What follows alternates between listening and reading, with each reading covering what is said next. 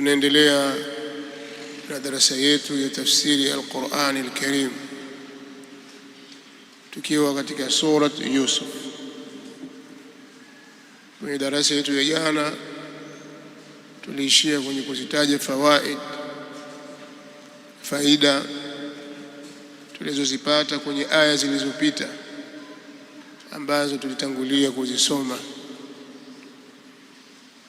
na leo biidhnillah al-Karim tutaendelea kidogo, kisha tupate nafasi ya kuzisoma aya. Tusogee mbele, lakini tutasoma kidogo au tutavuna kidogo baadhi ya faida zilizopatikana kwenye ayati zilizotangulia. Tutakwenda nazo kwa mtiririko. Nadhani jana tuliishia kwenye aya 4 kwenye faida, lakini baadhi yenu wameandika mpaka faida ya 30. Sijui wengine mna faida ngapi? Naam, wewe una ngapi?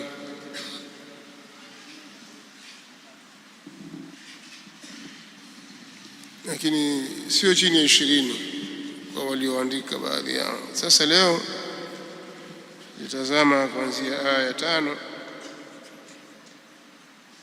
Hapana, tulikwenda mpaka kwenye nadhani mpaka kwenye aya ya 5 hivi kwenye fawaidi zake. Faida ya mwisho mlioandika mlisemaje?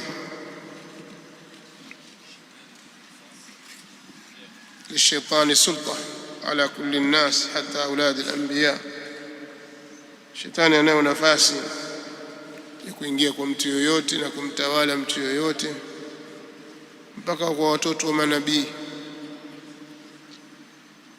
Ndio hivyo. Katika faida nyingine tunayoipata kwenye aya hizi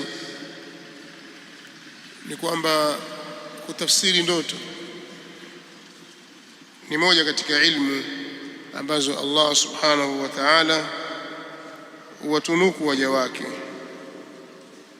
Wakadhalika yajtabika rabbuka wa yuallimuka min ta'wil al-ahadith, na atakufundisha wewe kuzitafsiri ndoto. Kwenye aya 6 hapo, kwa tafsiri ya ndoto ni ilmu ambayo Allah subhanahu wa ta'ala pia huwatunuku waja wake wema. Al-Imam Ibn Ashur katika maulama wa kaskazini mwa Afrika, Tahir ibn Ashur, ana tafsiri yake inaitwa At-Tahrir wa At-Tanwir. Kwenye tafsiri yake anasema maneno yafuatayo: wa anna ta'bir ar-ru'ya ilmun yahabuhu Allahu ala man yasha'u min salihi ibadihi. Kutafsiri ndoto ni elimu ambayo Allah subhanahu wa ta'ala humtunuku anayemtaka katika waja wake wema, akampa anayemtaka katika waja wake wema. Lakini tafsiri za kweli na ndoto za kweli, pamoja na kwamba elimu hii ya kutafsiri ndoto imevamiwa sana na waganga wa kienyeji na wanajimu na makuhani. Kwanza, kuna watu wana tabia ya kudai ndoto za uongo.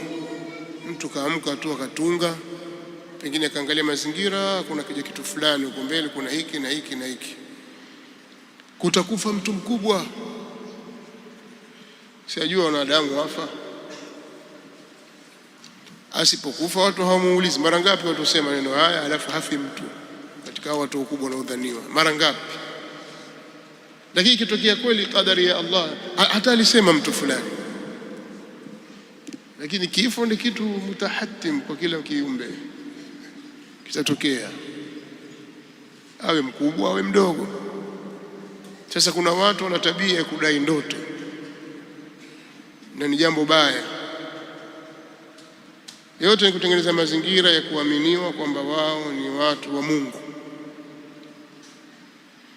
Hilo lipo, lakini pia lipo la watu wenye kujipa kazi ya kuabiri na kutawili na kuleta tafsiri ya ndoto. Kuna vitabu vimeandikwa mbalimbali, tafsirul ahlami, ta'birur ru'a, na vitabu mbalimbali vimeandikwa na vingine vikinasibishwa na maimamu wakubwa kwamba ukiona hiki na hiki na hiki basi kuna hiki, ukiona hiki, ukiota hiki na hiki basi tafsiri yake ni hii. Vitabu vimejaa tele madukani. Kwa mtu asoma kisha ongeza na ufundi wake, aeleza kwa watu. Kwa ni mambo yameandikwa tayari hapo, ukiyataka utayapata kwenye vitabu na utasema kwa watu. Lakini taabiri ya ru'ya, tafsiri ya ndoto, ina adabu zake na taratibu zake katika sheria. Sio kila ndoto inaletwa tafsiri. Kuna mambo mengine anatakiwa nasihiwe tu aliyoota. Ndoto nyingine hazina maana yoyote, ni upuzi. Wewe mtu mzima waota wapuruka, kila siku watu wafukuzwa, alafu ukimbii, mara utakukamatwa, waota wala mambo ya kiovyo ovyo, waota tu kazi yako. Ndoto zako zote za ovyo ovyo, hakuna hata moja ya maana, kwamba umeota leo nimeota jambo la maana hasa la kukufikirisha, hakuna. Alafu wataka watu kutafsiri ndoto hii maana yake nini? Haina maana. Adghafu ahlam wama nahnu bitawili alahlami bialimin. Kwa hiyo ni elimu hii Allah subhanahu wa ta'ala watunuku waja wake, na utaratibu ndio ule ule. Ikiwa ndoto njema basi la tuhaddith bihi illa habiban au labiban,